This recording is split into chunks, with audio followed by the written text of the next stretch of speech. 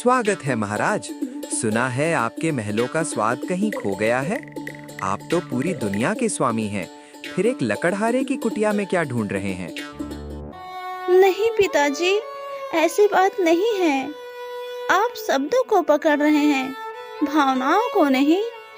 स्वर्ण केवल तिजोरियों की शोभा बढ़ाता है, पर नमक हर गरीब और अमीर की थाली का सच है। इतिहास के पन्नों पर स्याही से नहीं, बल्कि आंसुओं से लिखी गई ये दास्तान है सुवर्णपुर की। एक ऐसा राज्य जहां न्याय की गूंज दूर दूर तक थी, पर आज उसी न्याय के मंदिर में अन्याय की नींव रखी जाने वाली थी। राजा छत्रपति, जिनके माथे पर चिंता की लकीरें गहरी थीं, आज अपनी संतानों के प्रेम की परीक्षा लेने जा रहे थे।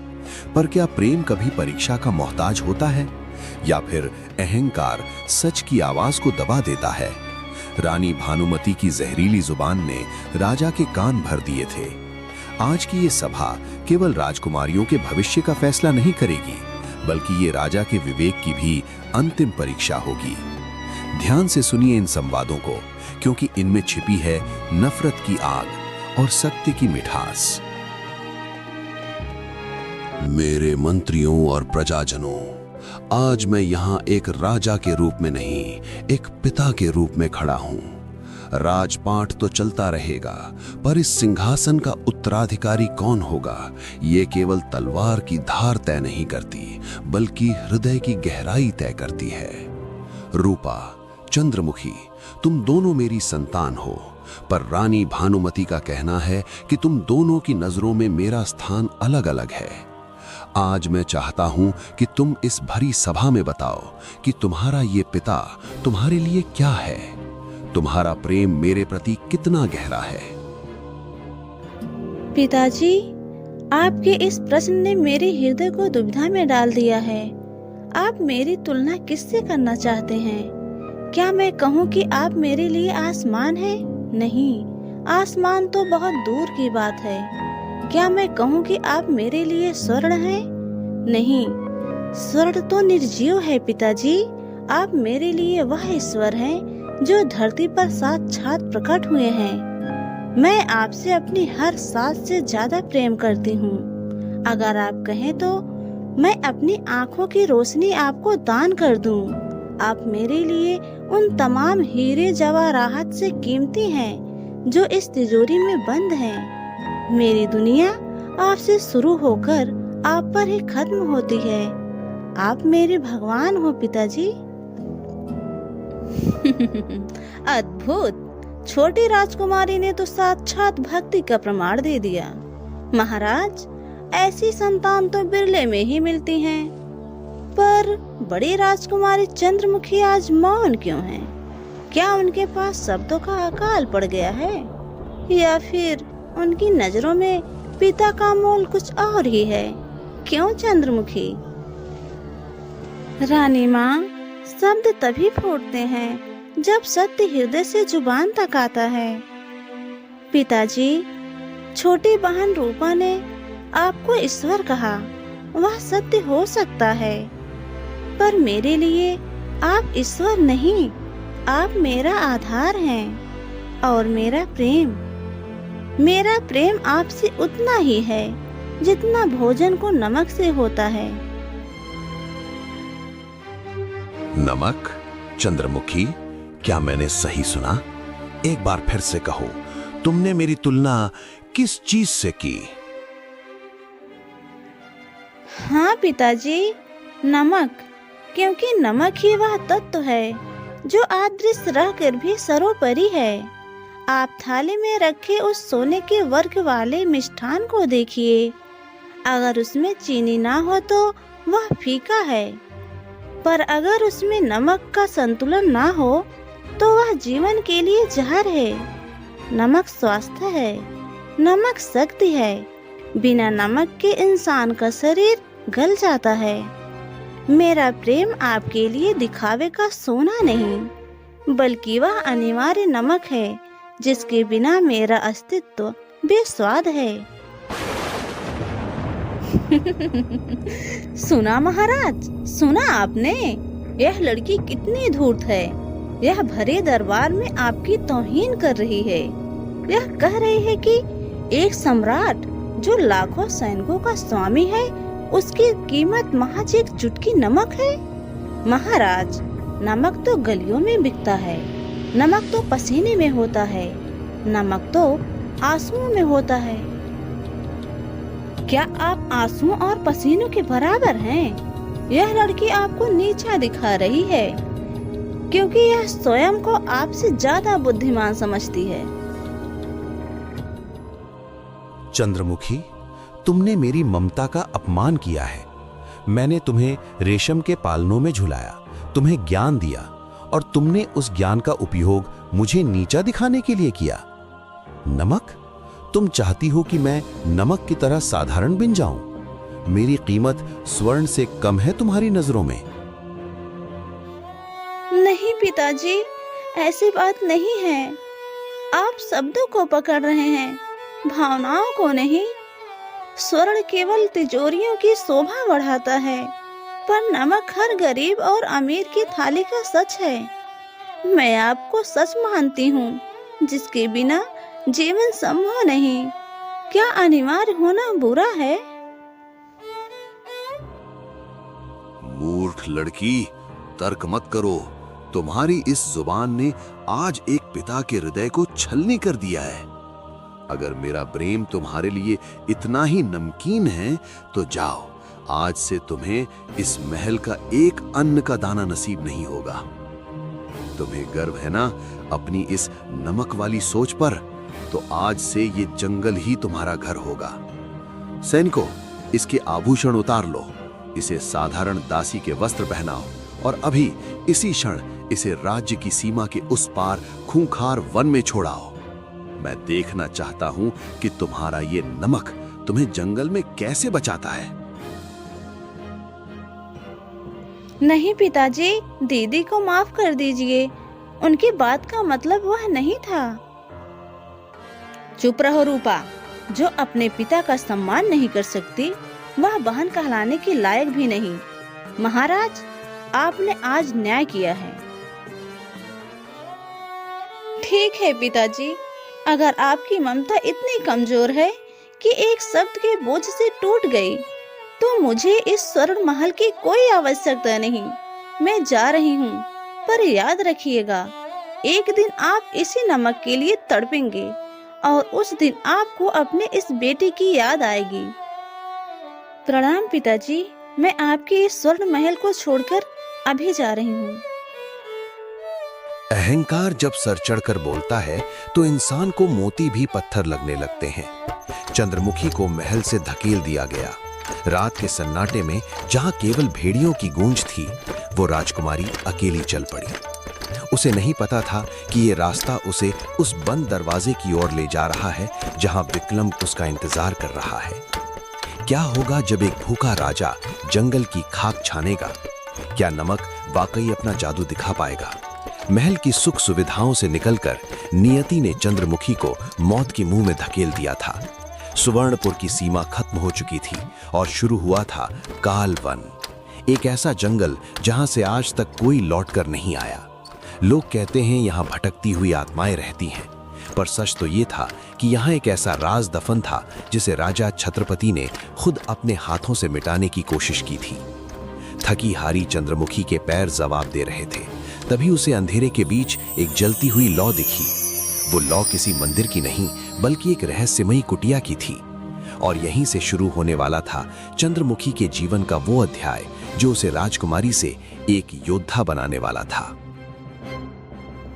कोई है यहाँ? कोई है यहाँ? कोई मुझे सुन पा रहा है? मुझे आश्रय चाहिए। बाहर भेड़िए मेरा पीछा कर रहे हैं। क्या आप मेरी मदद करेंगे?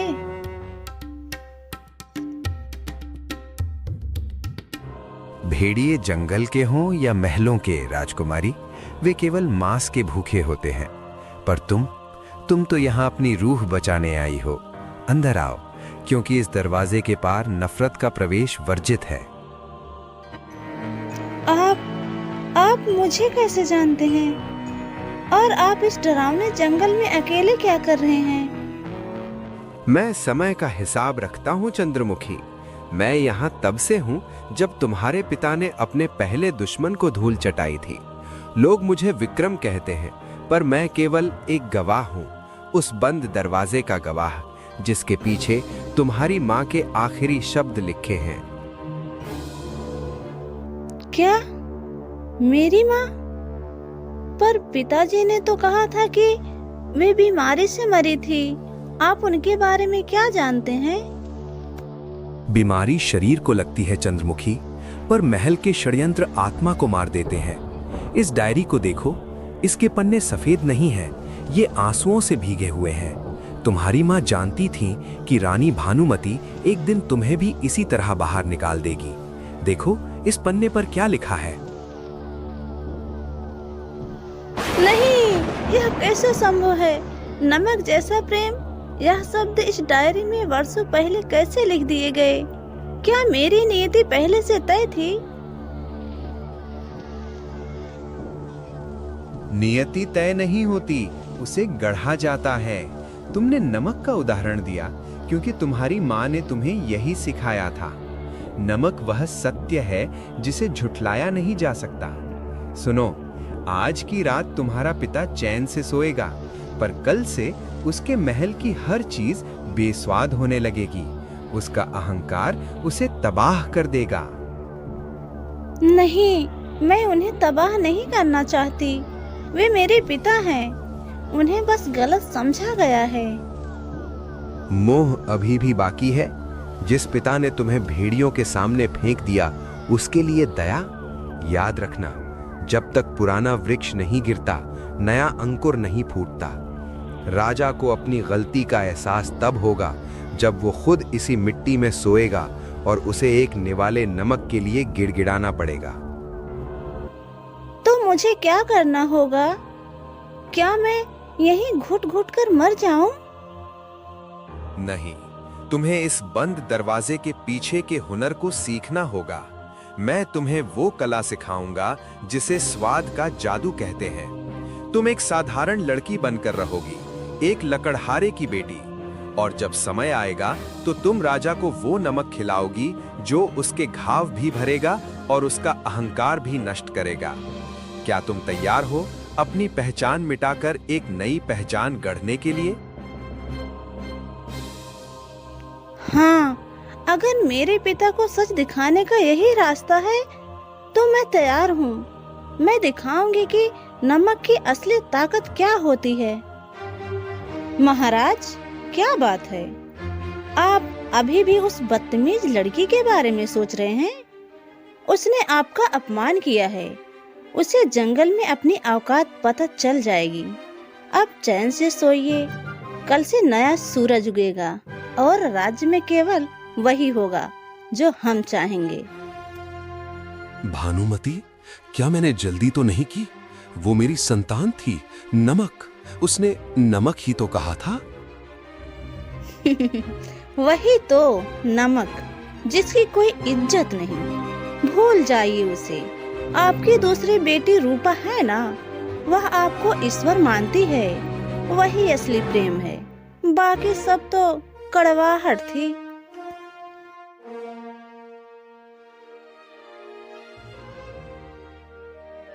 इसका स्वाद इतना खराब क्यों है? जैसे इसमें जान ही ना हो। पर महाराज, यह कैसे हो सकता है? यह तो सबसे उत्तम मदिरा है। नहीं, सब कुछ बेस्वाद है, सब कुछ राख जैसा है। महल में पकवान बन रहे थे, पर स्वाद गायब हो चुका था। राजा के मन में एक अजीब सी बेचैनी घर कर गई थी। उधर जंगल में विक्रम के संरक्षण में चंद्रमुखी एक ऐसी विद्या सीख रही थी जो महलों के वैद्य भी नहीं जानते थे। क्या था उस बंद दरवाजे के पीछे, और विक्रम ने डायरी में राजा के लिए क्या आखिरी संदेश लिखा था? कहानी का रोमांच अब अपने चरम पर पहुंचने वाला है, क्योंकि जल्द ही राजा का सामना उस सच से होगा जिसे उसने खुद दफन किया था। देखते रहिए बेस्वाद साम्राज्य का न्याय। 1 महीना बीत चुका था। सुवर्णपुर के महल से हंसी और स्वाद दोनों गायब हो चुके थे। राजा छत्रपति को एक अजीब सी बीमारी ने घेर लिया था। वो जो भी खाता उसे मिट्टी जैसा लगता। राज्य के बड़े बड़े वैद्य हार गए। रानी भानुमति की मीठी बातें अब राजा को शोर लगने लगी थीं। उधर जंगल की गहराइयों में राजकुमारी चंद्रमुखी अब बदल चुकी थी। उसने तलवार चलाना भी सीखा और विक्रम के सानिध्य में उस विद्या को भी जाना जो केवल प्रेम से उपजती है। आज नियति ने एक बार फिर करवट ली है। राजा शिकार के बहाने अपने उसी अहंकार को ढूंढने जंगल निकले हैं जिसे उन्होंने चंद्रमुखी के रूप में त्याग दिया था। पर क्या वो पहचान पाएंगे उस बेटी को जिसे उन्होंने खुद मौत के साए में छोड़ा था? पानी, कहीं एक बूंद पानी मिल जाए। मेरा गला सूख रहा है। ये कैसा शाप है? महलों में अमृत जैसा भोजन था, पर मेरा मन उसे देखकर घृणा से भर जाता था। आज इस जंगल की मिट्टी भी मुझे स्वर्ण से महंगी लग रही है। क्या चंद्रमुखी ने यही कहा था कि अभाव ही असली स्वाद सिखाता है?